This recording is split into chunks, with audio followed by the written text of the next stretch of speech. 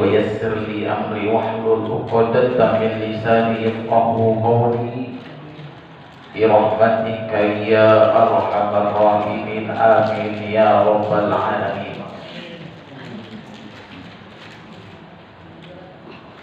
Bersyukur kita kepada Allah Subhanahu wa taala atas limpahan rahmat dan nikmat-Nya kepada kita semua. Allah berikan kesehatan kepada kita semua. Allah berikan kekuatan, Allah berikan kesempatan, dan tak kalah pentingnya adalah hidayah dan iman. Salawat serta salam dan juga kita curahkan kepada baginda Rasulullah Muhammad sallallahu alaihi wasallam. Allahumma shalli wa sallim wa barik alaihi wa sallam. Bapak Ibu jamaah majelis syukur yang sama-sama dirahmati Allah Subhanahu wa taala. Saya pikir tadi sudah banyak ustaz. Sebenarnya cepat saya bangun. Yang ketiga sudah bangun, cuma hujan, tidur lagi, bangun-bangun jam 4 kemudian, jam 4 masih hujan, sampai panjang betul hujan ini. Saya tunggu-tunggu tidak ada berhenti sampai azan orang 9 sholat subuh di sini saja. Berangkat belum habis sholat subuh berhenti hujan, pulang. Udah khawatirnya tidak ada ustaz, apalagi saya penanggung jawab. Karena memang hari Rabu ini kadang-kadang tidak ada ustaz. Dan luar biasanya majelis berkah ini ustaznya walaupun tidak ada jamaahnya banyak yang bisa ceramah. Termasuk tadi Pak Haji Said ceramah juga itu tadi. Walaupun tadi diminta testimoni. Jadi kalau testimoni itu menyangkut apa yang didapatkan di majelis berkah. Rupanya dia ceramah juga tadi. Alhamdulillah. Ya, ceramah pertama. Itulah bagusnya majelis berkah. Banyak yang bisa ceramah, cuma kadang-kadang tidak ada ruang diberikan dan dipersilahkan. Ya. Termasuk Ustaz Mansuri, Pak Kami, Pak Iqbal juga bisa, insya Allah. Cuma tadi saya berharapnya Pak Cacok yang disuruh ceramah. Wah, tidak mau masuk-masuk. Saya disuruh pasang masuk, saya sholat dulu. Ya. Baik Bapak Ibu yang sama-sama dirahmati Allah Subhanahu wa taala. Melanjutkan kajian kita kitab Arba'in An-Nawawi di hadis yang ketiga, hadis yang ketiga. An Abdullah bin Umar radhiyallahu anhuma qala. Dari Abdullah bin Umar atau Ibnu Umar radhiyallahu anhuma, keduanya diridhai oleh Allah Subhanahu wa taala. Sami'tu Rasulullah sallallahu alaihi wasallam yaqulu. Kata Abdullah bin Umar, saya mendengar Rasulullah bersabda, Buniyal Islamu ala khamsin. Islam dibangun dengan 5 hal. Syahadati an la ilaha illallah wa anna Muhammadan abduhu wa rasuluh. Bersaksi bahwa tiada Tuhan selain Allah yang berhak disembah dan ibadahi, yang hak diibadahi, wa anna Muhammadan abduhu wa rasuluhu, dan Nabiullah Muhammad SAW adalah Rasul Allah, hamba dan Rasul Allah. Wa iqamis shalah, kemudian yang kedua mendirikan salat. Wa ita'iz zakat, yang ketiga menunaikan zakat. Wa hajjul baiti, dan menunaikan ibadah haji. Wa shaum Ramadan, dan berpuasa di bulan suci Ramadan. Rawahul Bukhari wa Muslim. Hadis riwayat Imam Bukhari. Kita diantar oleh Imam An-Nawawi bagaimana mengenal Islam, bagaimana mengenal iman, bagaimana mengenal mengetahui tanda-tanda datangnya hari kiamat. Hadis ketika dicantumkan oleh Imam An-Nawawi, bagaimana kita membangun kualitas keislaman kita.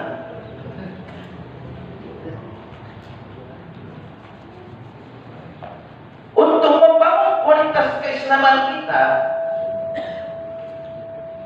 hadis Rasulullah dari Abdullah bin Umar ini memberikan permisalan seperti sebuah bangunan. Walaupun saya bukan ahli pembangunan, karena saya bukan kontraktor, yang tahu itu ya Pak Jiriswan dan Pak Caco. Ya. Tapi yang pastinya kalau orang mau membangunnya itu harus kuat dasarnya, harus kuat fondasinya. Terserah mau fondasinya cakar ayam atau bagaimana, atau mau fondasinya batu karang. Ya. Yang penting jangan cakar-cakaran, karena dia cuma ditancapkan saja. Ini artinya Islam harus kita kokohkan, teguhkan dengan 5 hal. Kalau tidak kokoh dengan 5 hal ini, Islam kita menjadi Islam yang ringan, khafah. Islam yang khafah, Islam yang ringan. Tetapi kapan kita kuatkan Islam kita dengan fondasi yang 5 ini, maka kita telah menjadi Islam yang kafah. Ada sedikit Pak. Di dalam Al-Quran Allah Subhanahu wa taala sampaikan, ya ayyuhalladzina amanu udkhulu fis-silmi kafah. Hai orang-orang yang beriman, masuklah di dalam Islam secara sempurna atau totalitas, bukan setengah-setengah. Syarat yang pertama membangun, menjadikan fondasi, menjadikan kokoh bangunan Islam kita, yaitu antashhada syahadati an la ilaha illallah wa anna muhammadan abduhu wa rasuluh. 2 kalimat syahadat harus kita kokohkan. Apa yang dibalik 2 kalimat syahadat itu? Kita seringkali mau bersyahadat, asyhadu an la ilaha illallah wa asyhadu anna muhammadan rasulullah. Sering diucapkan ya Pak? Kita coba sama-sama baca. Bismillahirrahmanirrahim. Bismillahirrahmanirrahim. Asyhadu an la ilaha illallah. Asyhadu an la ilaha illallah. Wa asyhadu anna Muhammadar Rasulullah. Wa asyhadu anna Muhammadar Rasulullah. Asyhadu an la ilaha illallah. Asyhadu an la ilaha illallah. Wa asyhadu anna Muhammadar Rasulullah. Wa asyhadu anna Muhammadur Rasulullah. Jadi kalimat syahadat ini jangan setengah-setengah, harus dikuatkan. Artinya apa? Ketika kita sudah berani asyhadu an la ilaha illallah wa asyhadu anna Muhammadar Rasulullah, yang tadinya Allah sampaikan la ikraha fiddin, tidak ada paksaan dalam memeluk agama, tapi begitu masuk agama Islam totalitas harus paksakan diri kita. Asyhadu an la ilaha illallah, saya bersaksi. Yang namanya persaksian bukan hanya sekedar lisan, mesti hakul yakin, ada kesempurnaan di dalamnya. Maka kalau kita sudah bersaksi bahwa tiada Tuhan yang berhak diibadahi, tidak ada Tuhan yang benar untuk disembah kecuali Allah, maka segala yang lainnya tinggalkan. Wala tattabi khutuwati syaitan, jangan ikuti jebakan-jebakan atau langkah-langkah syaitan. Tinggalkan yang lainnya. Kan banyak mau apa begini Pak? Bersyahadat asyhadu an la ilaha illallah tapi baru mau salat. Ada yang sudah asyhadu an la ilaha illallah tapi masih ada menganggap ada yang keramat daripada yang lainnya, daripada Allah. Ada sudah asyhadu an la ilaha illallah tapi masih ada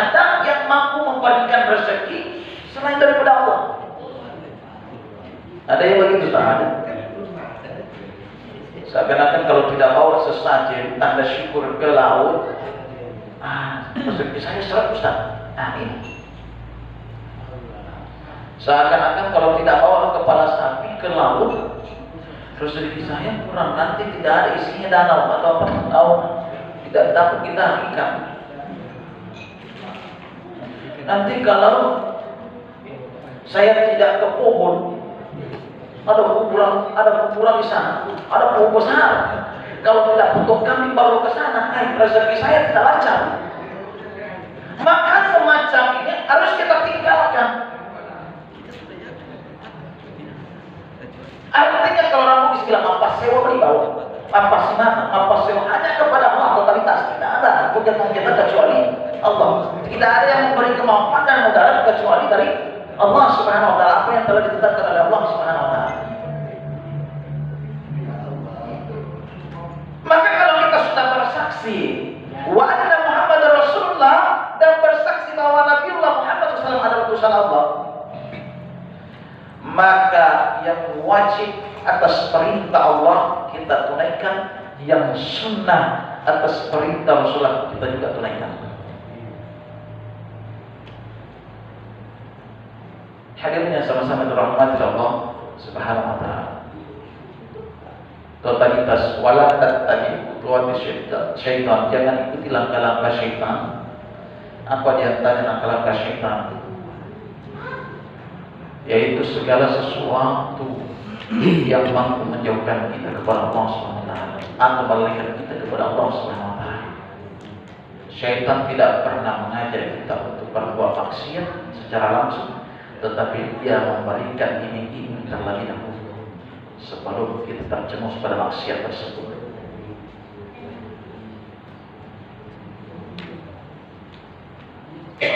Hadirin yang sama-sama dirahmati Allah Subhanahu wa taala.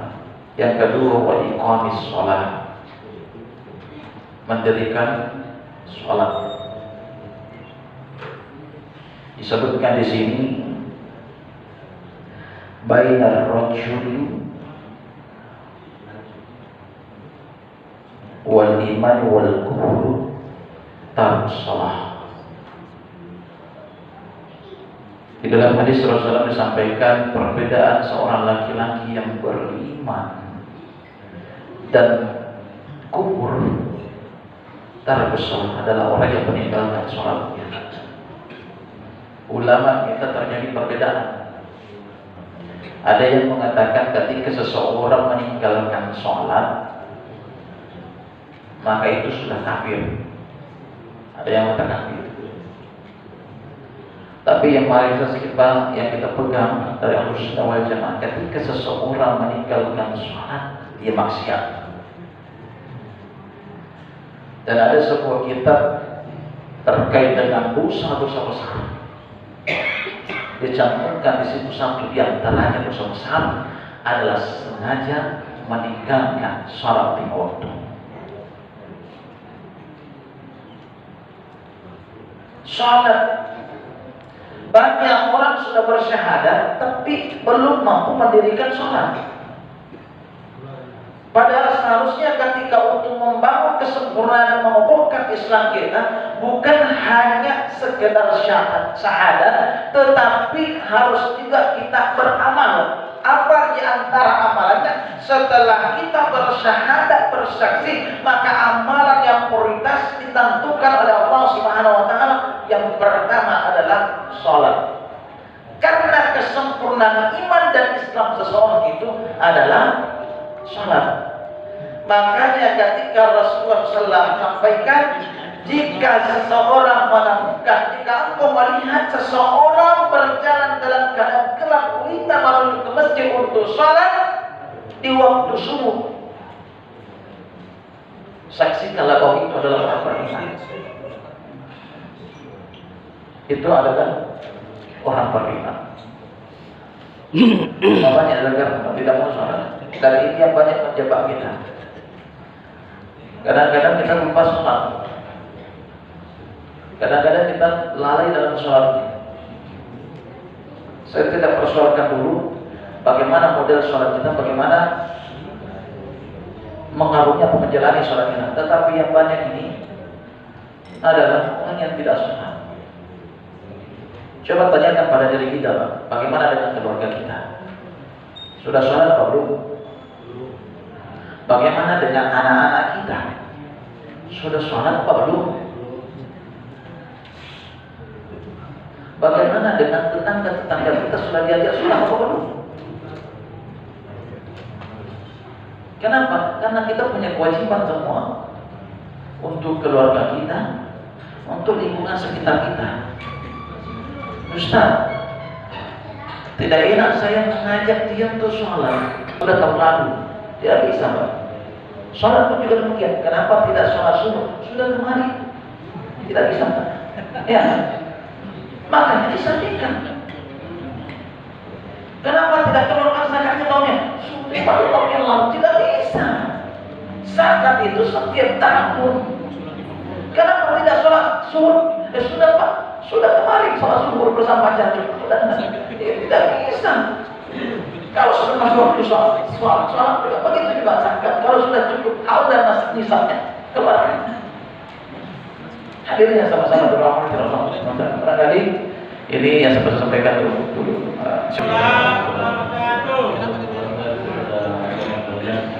Sudah memberikan kita wawasan berupa nasihat juga sebagaimana berada di dalam hadis Al-Qur'an hadis tentang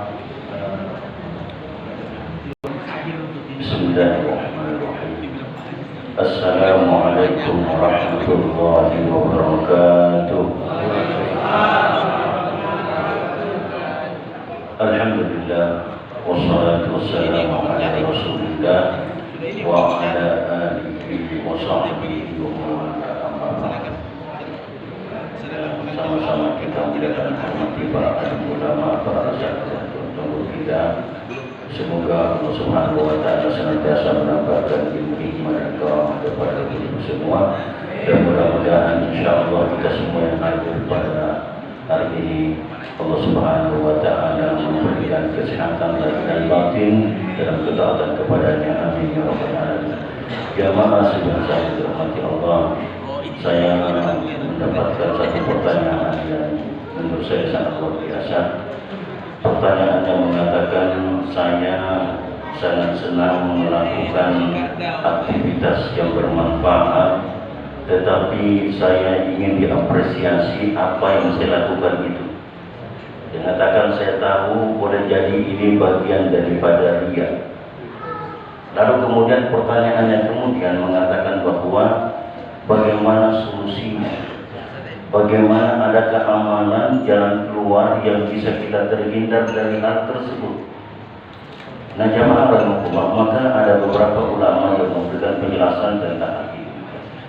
Di antara cara dan tips untuk menghindari diri dari adanya rasa riya, takjub dengan amalan kita, di antaranya mengatakan faliyakun fi amalika, dikatakan hendaknya pada amal-amal kamu itu adalah ihsan billah, muraqabatullah. Hendaknya kau tanamkan bahwa itu adalah muraqabatullah. Kamu seakan-akan dipantau, dikontrol oleh Allah Subhanahu wa taala, dan juga kamu harus melaksanakan segala sesuatunya itu dengan ihsan. Anta'budallaha ka'annaka tarah.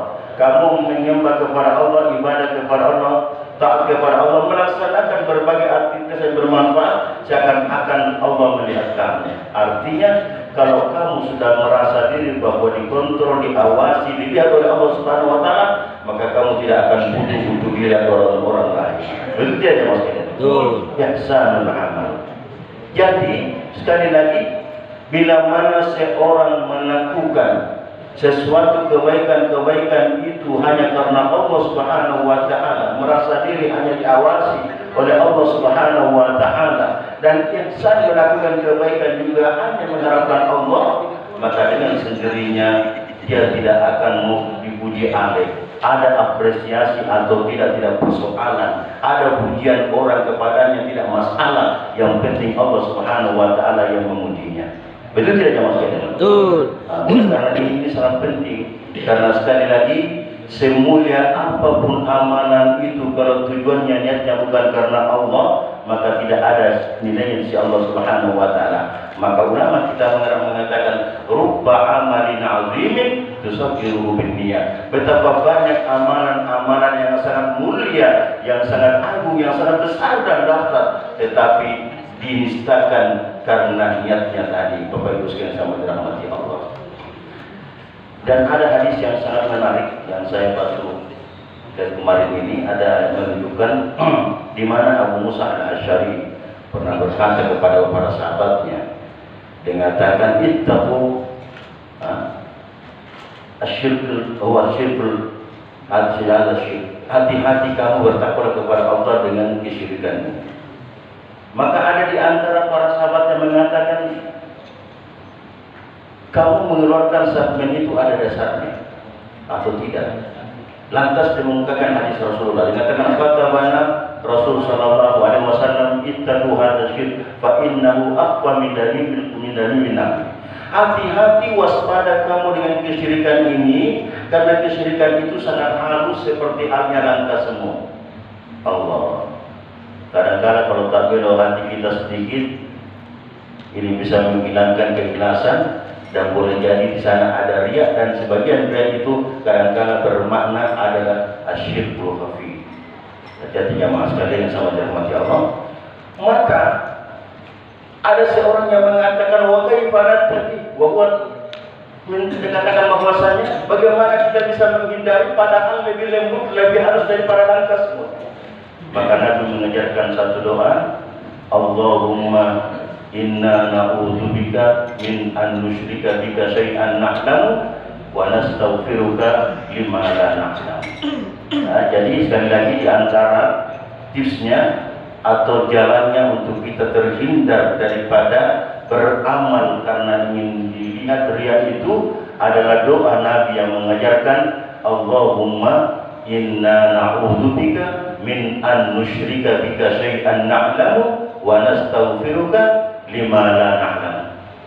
Jadi dikatakan bahwa ya Allah, aku memohon memohon perlindungan dari kamu ya Allah untuk tidak melakukan kesyirikan baik yang kami ketahui, dan kami mohon ampun agar kesyirikan-kesyirikan yang kami tidak ketahui. Jamaah rahimahumullah, sekali lagi, semulia apapun amalan seorang, kalau niat tujuannya bukan karena Allah Subhanahu wa taala, maka nilainya dalam bahasa Arab dikatakan sifir, zero, artinya nol, tidak ada nilainya jemaah sekalian. Maka ada hadis yang sangat panjang bagaimana di hari kiamat nantinya itu termasuk orang-orang yang awal kali dihisab oleh Allah Subhanahu wa taala adalah 3 golongan dari manusia yang mulia amalnya, tetapi Allah kasihkan seperti punya nilai. Siapa mereka? Di antaranya para orang-orang yang alim, kedua orang yang kaya, dan yang ketiga orang yang mati syahid. Begitu mereka mau masuk surga, dikatakan apa amalmu? Dia mengatakan saya ini telah beramal yang luar biasa dan saya layak dengan surgamu ya Allah. Maka ditanya, sebutkan apa amalmu? Dia katakan ta'allamtul ilma wa 'allamtun nas.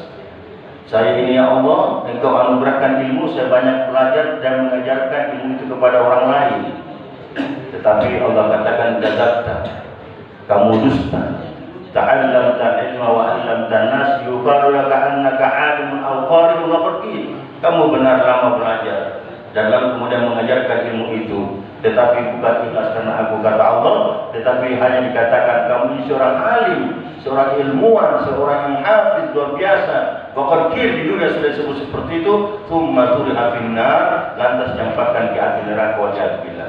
Yang kedua, orang yang Allah titipkan harta yang banyak, orang kaya, begitu diperlihatkan dia punya amalan luar biasa, itu mau masuk surga ditanya apa amalan kamu, dikatakan ya Allah, anfaqtu fi sabil. Ya Allah, engkau banyak menitipkan harta kepadaku dan aku infakkan di jalanmu ya Allah. Tetapi Allah katakan kadzabta, kamu dusta, kau bohong. Anfaqta yuqalu laka annaka jawadun aw karimun. Dikatakan kamu berinfak, akan dikatakan kau adalah sakhih, kamu adalah dermawan, dan di dunia kamu sudah disebut seperti itu, tsumma tud'a finnar, lantas campakkan ke dalam api neraka wal billah. Yang ketiga, orang yang mati dalam keadaan mati syahid perang. Begitu mau masuk surga ditanya apa amalanmu, dia katakan ya Allah, dia katakan qataltu fi sabilik anta sifri, saya ini berperang di jalanmu ya Allah, membela agamamu, lantas saya meninggal karenanya. Maka dikatakan kadzabta, kamu dusta, qatalta yuqalu laka annaka jari'un wa farqil, kamu benar berperang tetapi niatnya bukan karena aku karena Allah, tetapi akan dikatakan kamu pemberani pahlawan dan sudah di dunia kau dianggap sebagai pemberani dan pahlawan, tsumma tud'a finnar, dan campakkan ke dalam api neraka. Jamaah rahimahullah, ini sangat penting bagi kita sekali lagi, karena semulia apapun amalan kita, diterima atau tidaknya, paling tidak ada 3 syarat dulu. Oleh karena itu Allah firmankan dalam Al-Quran, dia berluaku ayyukum ahsanu amala. Amalan yang diterima Allah ini harus mencakup 3 dasar. Pertama, ayyakuna sahihan, hendaknya amalan itu adalah sesuai dengan syariat Allah Subhanahu wa taala, Al-Qur'an dan tuntunan Rasul sallallahu alaihi wasallam, harus sesuai.